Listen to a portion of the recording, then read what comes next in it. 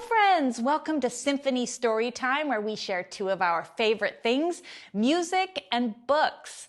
I'm Amy. I'll be your reader today, and I want you to say hi to one of my friends from the Oregon Symphony who will be providing the music for our story.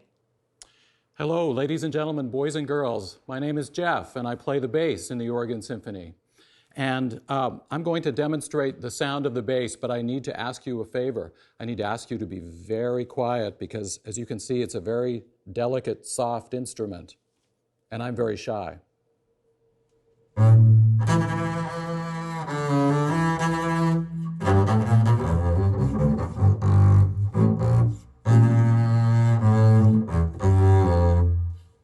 Jeff, you did great. You don't sound shy.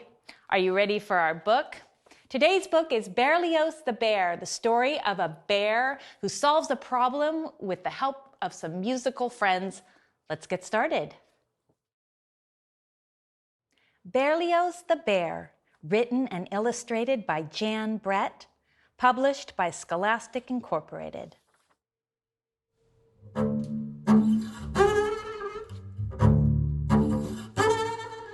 Zum, zum, buzz, zum, zum, buzz. Berlioz had been practicing for weeks, and now, just when the orchestra was going to play in the village square for a gala ball, a strange buzz was coming from his double bass. Why now? Berlioz said to himself. The musicians arrived with their instruments. As Berlioz watched them climb aboard the bandwagon, all he could think about was his buzzing bass. What if his bass buzzed during the ball? What if the dancers stopped dancing and laughed at him? Zum, zum, buzz, zum, zum, buzz, he imagined.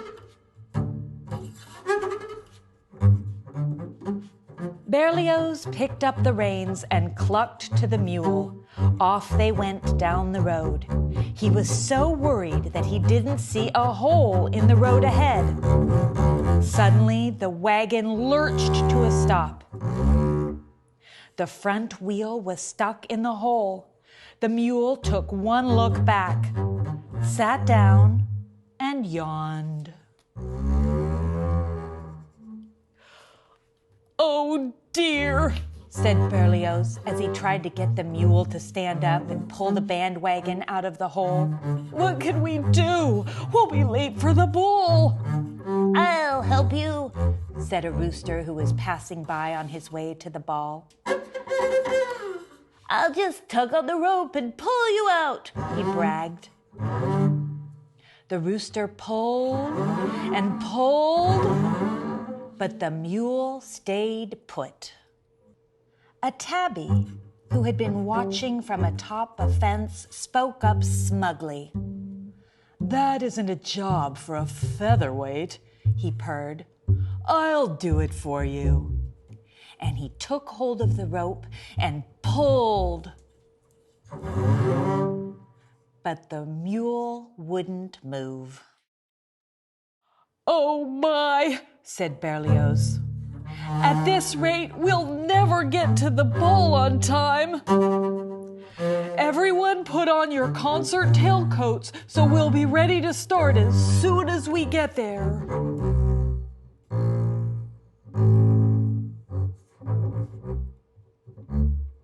Just then, a schnauzer came trotting over the hill. He took one look at the cat and sniffed. A furball like you can't pull a bandwagon. Here, let me have that rope. He panted and pulled, but the wagon stayed in the hole. Berlioz handed out the music. Everyone take out your instruments. We'll start tuning up here. Along came a prancing billy goat. He looked at the schnauzer and snorted. Move over, Squirt. Let me do it. I'll have this wagon out in no time. The billy goat strained forward But to his surprise, he got nowhere.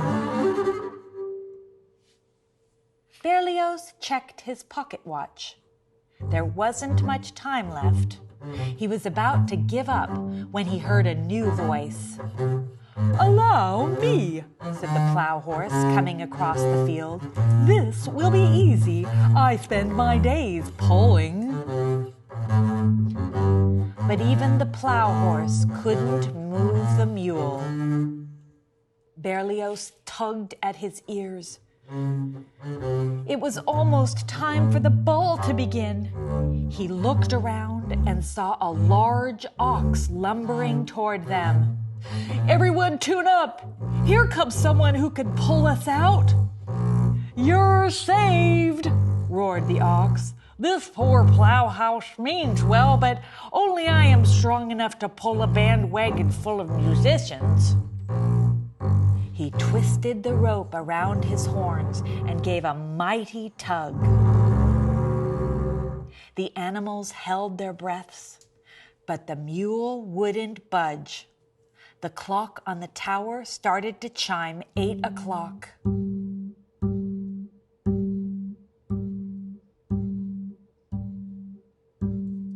Oh no!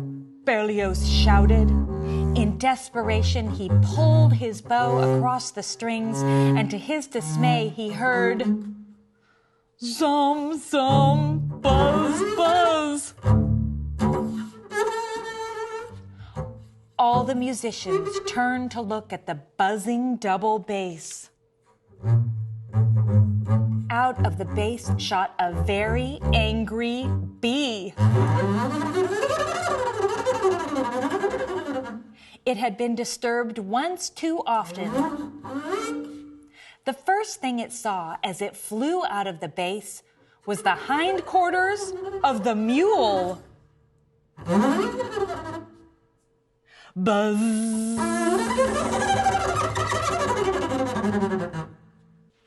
With one giant sting, the bee made the mule jump to his feet and pull the bandwagon of musicians out of the hole,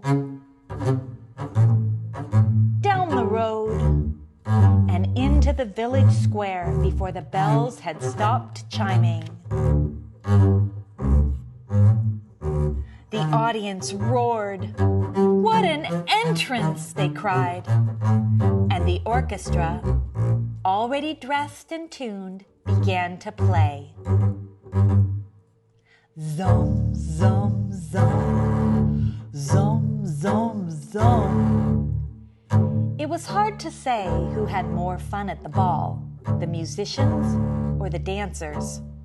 Berlioz had never played better.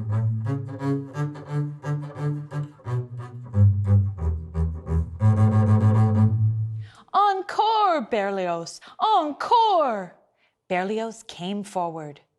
Thank you all. And this evening, I would like to dedicate our encore to the buzzing bee.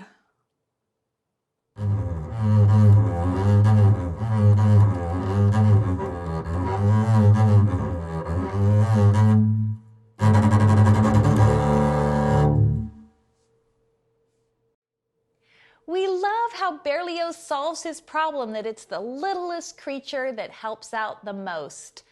I'm gonna leave you now. I'll see you next time, and Jeff has some music to play for you before he says goodbye. I'll see you next time. Thank you, Amy, and thank you to Jan Brett for writing and illustrating this wonderful book. The one thing that she did, though, that's not very nice to bass players is that she ends the book with Flight of the Bumblebee, which we bass players call the fright of the bumblebee because it's really hard and goes really fast and it's really scary to play. So I thought I would take a few deep breaths and play for my solo for you to hear an animal that's much bigger and slower than a bumblebee. It's bigger than a cat, bigger than a bumblebee, bigger than a dog, bigger than a plow horse, mule, or even oxen or bear. It's called The Elephant, and it's from a piece by Camille Saint-Saëns called The Carnival of the Animals.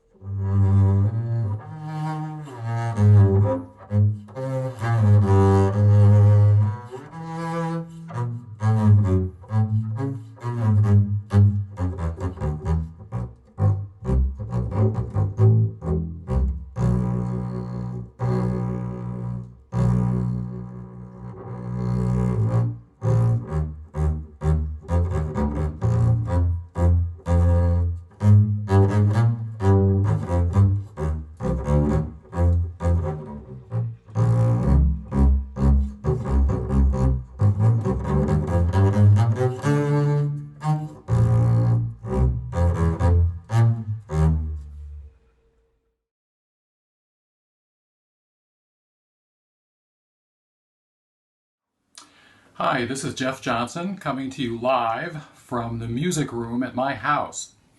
And this is where I practice my parts to get ready to go downtown and play with the Oregon Symphony at the Arlene Schnitzer Concert Hall. I have been playing with the Oregon Symphony for 5, 10, 15, 20, many years. And this is the instrument that I play. This is the bass. Let me play a little bit for you so you can get a good idea of the sound.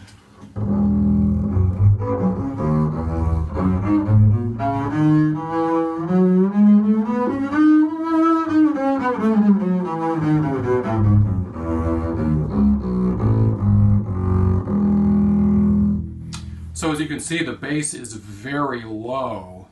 And one of the reasons it's very low is because it's very big. This is the biggest string instrument by far, way bigger than the violin, viola, and cello, maybe bigger than all those instruments combined. I've always thought it was really cool to play the biggest instrument on the playground, the symphony playground. But, you know, having the biggest instrument is not always so great. I mean, if you show up at the airport, the workers at the airport take one look at the bass and they say, "Oh no, you're not bringing that big instrument on my airplane."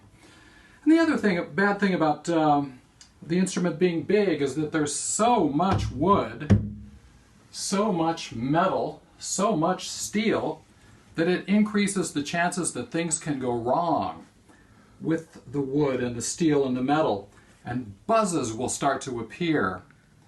And you just wonder, you're confused, what's causing this buzz? Could it be the bass or could it be a creature inside the bass? But that's another story. Bye, boys and girls.